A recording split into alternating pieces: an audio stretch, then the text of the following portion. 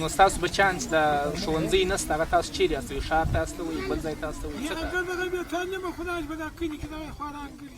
این قریه بابری ولسوالی ارغستان ولایت قندهار است و 120 خانواده در آن زندگی می کنند، اما در این قریه مکتبی وجود ندارد.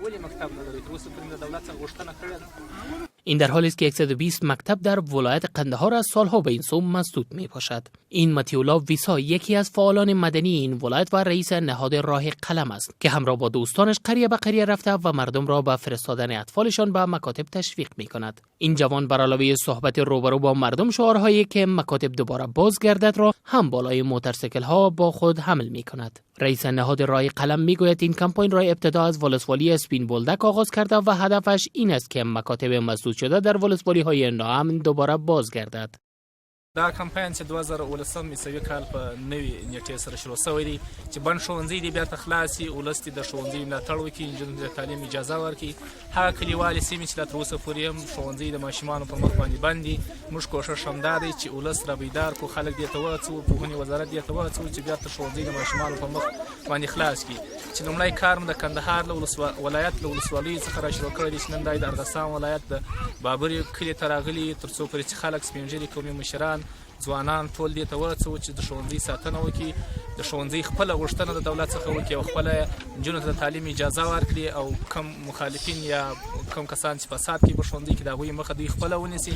ویسا می‌خواهد دختران به مکتب رفته کتاب و قلم داشته باشند و بزرگان قومی در این زمینه همکاری کنند. متیولا ویسا این کتاب‌های مکتب را برای بار اول به اطفال قریه بابری ولسوالی ارغستان تقسیم می‌کند و از میان این همه اطفال تنها یکیشان قادر به خواندن چند حرف از کتاب شد.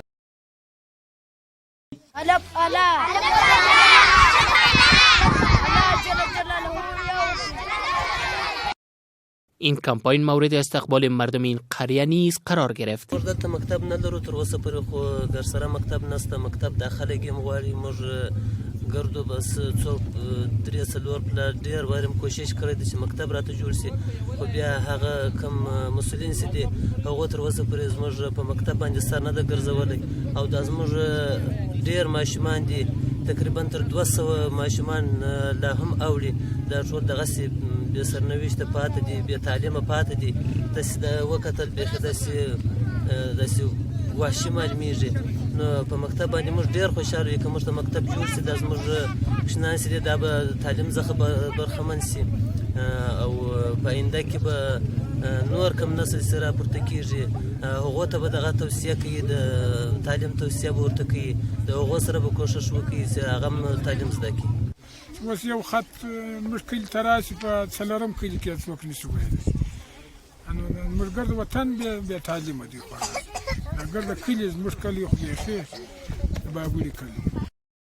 باید گفت که متیولا ویسا از سالها به این سو به طور رضاکارانه علیه بیسوادی در ولایت قندهار مبارزه می کند. او حدود 50,000 کتاب را از ولایت‌های مختلف افغانستان جمع آوری کرده و کتابخانه ها را ایجاد کرده است.